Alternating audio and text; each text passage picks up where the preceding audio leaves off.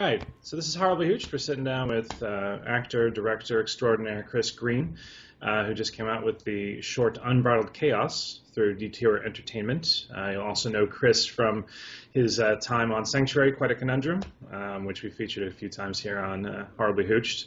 Thanks for joining us, Chris. Appreciate you guys, man. Thanks for having me.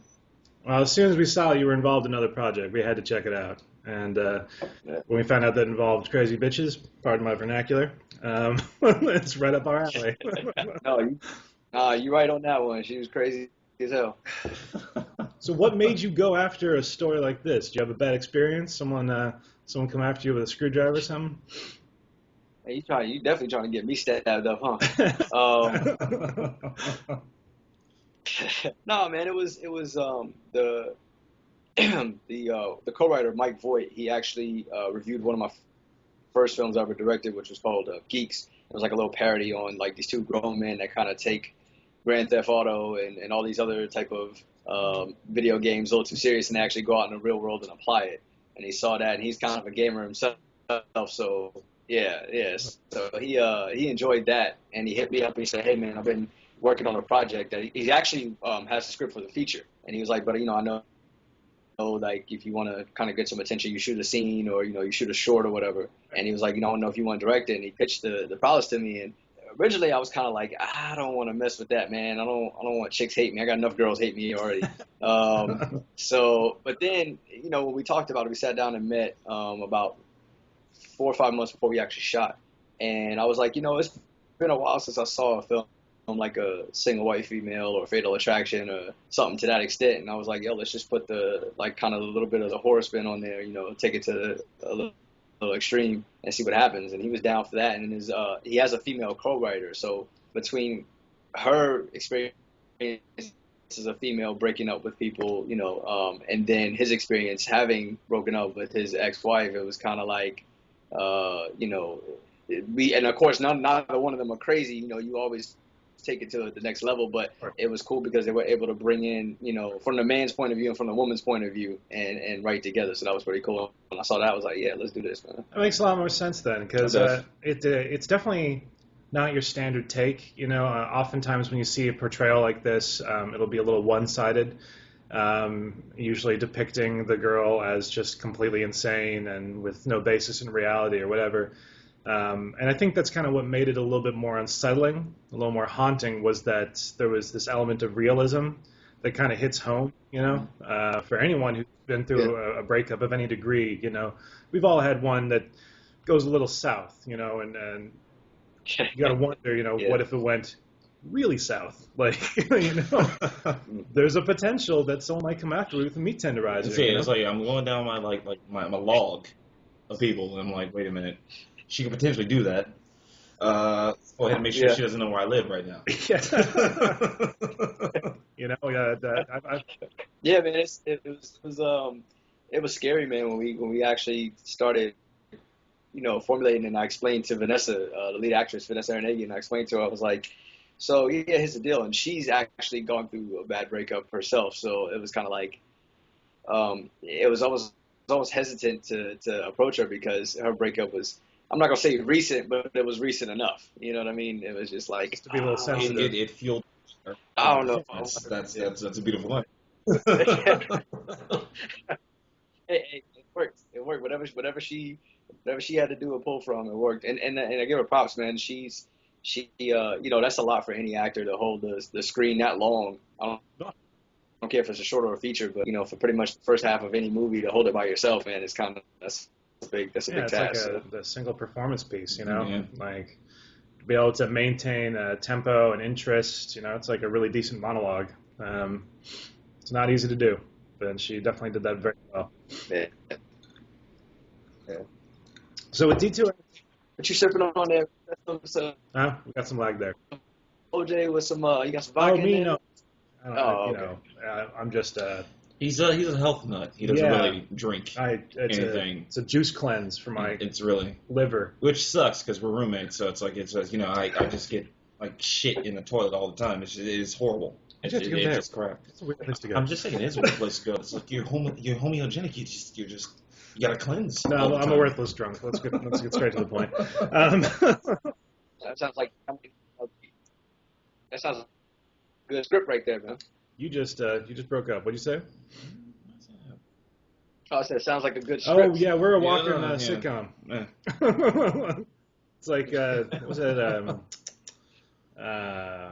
Fuck it, my brain's not working. Yeah, I can't get. Let's move on to like things that matter. Exactly. How about Detour Entertainment? So I see you're president and CEO. I was looking up like what your connections were to Detour, and then I was like, well, he is Detour. So tell me a little bit about that. Yeah, man. It's pretty much one of those things where it actually, it's funny. It started as a class project.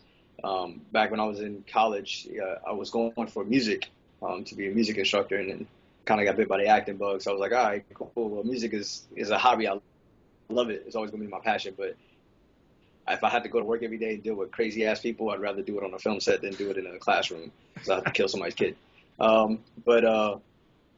So we had to come up with a mock production company, and we had to pitch like a commercial because I was also minoring in mass comm. So I just, after college was over, I just kind of kept it with me, and I was just like, I'll just keep this Detour thing. It's pretty cool. And the name actually was pretty much that. It was just one of those things where it was like everybody was doing something a certain way, and I was just like, nah, I'm gonna go this way and see what happens, because it was like that rat race I didn't want to get into. And a great logo. Great. And it just it looks really good. Oh, appreciate it, man. And it just kind of stuck, and people ask all the time. They're like, "Oh, we get the road sign, but what's up with the colors? Like, what's going on with Christmas?" And I'm like, "Well, if you look at the colors, they're red, yellow, and green, like stoplight. It's all good." And they're like, "Oh, yeah, wow. I get that." I was like, yeah, special. Yeah, a little bit. But yeah, and we've been official for about a little over 3 years now. When I LLC'd the company, and we've got Unbridled was our 5th production. It's like a 3rd co-production. But I like taking it. I like putting out quality stuff, man. I mean, I've got a couple other things that are in post right now, and I'm trying to tweak them and fix the other bullshit that happened. Basically, you guys know how it goes. So, but I just like to put out good stuff, man, because at the end of the day, the whole reason why we're doing this is to entertain folks. And even if they don't think it's the greatest movie in the world, or they think it's the greatest movie in the world, they still got to be entertained, man. It's the worst feeling is to have somebody watch your film and they're doing that. Well, give me this. You taught me a lesson with this one, with Unbridled. It's just I need to double check every girl that I deal with, because I'm not have a mallet being brought to my head or my throat slit. I'm not trying to have that happen. I'm just saying. So you gave me a lesson. You taught me a lesson. I'll understand it. I have to refine the whole fucking situation. It was a good. Yeah, man. Just trying to help y'all out. That's all. Trying to help the brothers out. It was a good cautionary tale. And I didn't even exactly see the ending coming. I had a different idea in mind. And it's always nice when I'm surprised, even by a short or a feature. So you did mention that there were plans to make it into a feature. What's the next step there? Well, right now, obviously, we're doing the festival run. The whole purpose of that is just to develop connects. I've already actually talked to a couple of producers, some indie features and some horror films, and kind of showed it to them. I've been fortunate enough through doing the conventions and stuff through Sanctuary that a lot of horror people and icons will be at some of these conventions, and I was kind of putting the bug in their ear. And they're checking it out. So it's really just kind of putting a couple irons in the fire, see what happens. Hopefully if somebody comes, with the, right type of, financial support, and also the right, credentials to get some other people involved, then yeah, we'll make it happen. For me, it's just a matter of creating opportunities. Anybody that knows me and has worked with me knows, if an opportunity comes along to make this to a feature, I'm not going to be like, oh, I got to direct on. Kick somebody's ass. I mean, if they got a director who's going to bring something better than I am, cool. I mean, his ass is going to put me in the film, and keep me on as a producer or whatever. But it's more so making sure that, Vanessa gets her time, Jim gets his time, because they're the reason why, these people's attention were caught to begin with. So I try to, keep the same team around and make it happen. But hopefully we'll we'll have some of these people, come through and we'll make it into a feature and kind of make it happen. That's why I left it open-ended if you watch it. Any of my shorts, they're not 3 acts. I usually try to approach a short as though it's 1 act from a feature. And I leave it open, like you don't know what happened prior to, and you don't know what's going to happen after you watch the short. So that way, if it does need to become a feature, it's not like, and then you're creating interest just by keeping people on the edge of their seats wanting to know what happens next. That's the best way to do it. Exactly. That's like, but this one, it was like, I had to watch it a couple times, but it's like, I want to know what pissed this broad off? What was the breaking point where she's like, fuck it, I'm just going batshit crazy? Yeah. I'm just killing motherfuckers at home. It's funny. It's funny without giving too much away.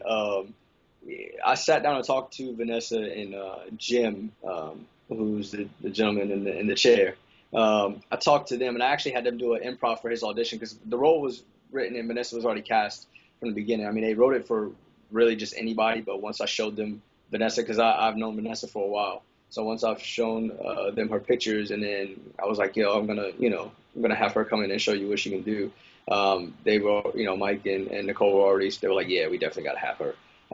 And Jim is somebody else that I had in mind. I had him come in audition. I had them do like a little improv, and basically it was cool because they actually discovered some things within their audition for me, as far as like, put that in the script for the feature. And it's just one of those things to where she's not. I didn't want people to think that her character was just constantly batshit crazy. Like, she was a good girl. She was a sane girl. It was just shit just kept piling up over time. And eventually she reached a breaking point. Eventually it got to the point where it was just like, she just lost it. And, he just happened at wrong place, wrong time. He just happened to be that guy. It's wonderful seeing when an actor really melds with a character and brings something else to the table to sort of flesh it out that you hadn't seen before. It lends to such a unique viewing experience. I mean, we would love to see this thing become a feature, man. Yeah, we're definitely pushing for it, man. Like I said, I got a couple of irons in the fire and hit up a couple of people that I've worked with on sets or know, and that are also producing or trying to get into that, and they know some people. The game is pass it off to these people. That's where we come in, man. So hopefully we'll do our piece. And, good links and favors, man. Yeah, we'll do our piece and get it out there. But just yeah, definitely. So keep us posted. Whatever the next bit of news is, we're going to be talking to Vanessa hopefully a little bit later today, maybe tomorrow. We'll stagger our reviews. We'll get them out there. And, just keep us posted with anything related to Detour and yourself.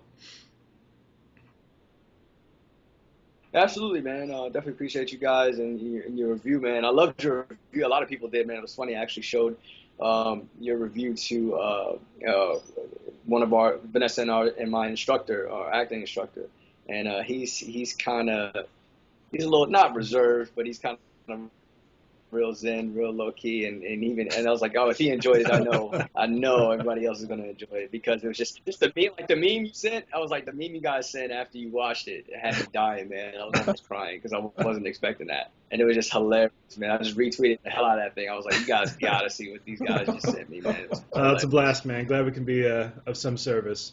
And we thank you guys for actually putting out the content so we can actually do this shit. Yeah. Oh yeah, man, absolutely, man. I mean, I love what you guys do, man, because that's the thing is a lot of people sleep on reviews, and I'm actually coming from people that actually watch films and enjoy watching them and know what goes into them and know what's up, man. A lot of people just kind of, I'm not a big fan on the reviews from some of these big companies, because it's just like they watch the damn trailer and write a review. It's like, nah, dude, I want somebody that watched the film and is going to keep it honest and keep it 100. If the film sucked, I want to know, because then that helps me as a filmmaker to know this is what I need to come correct with next time. Or if it's good, it lets me know that, okay, I'm kind of in the right That's area. The best we can do is just continue to support indie filmmaking and give as honest and genuine as an opinion as possible. So we'll continue to do that with you, my friend. Yeah. Keep us posted, and we look forward to having you on the site again soon. Yeah. All right, cheers, Absolutely, man. Appreciate you guys.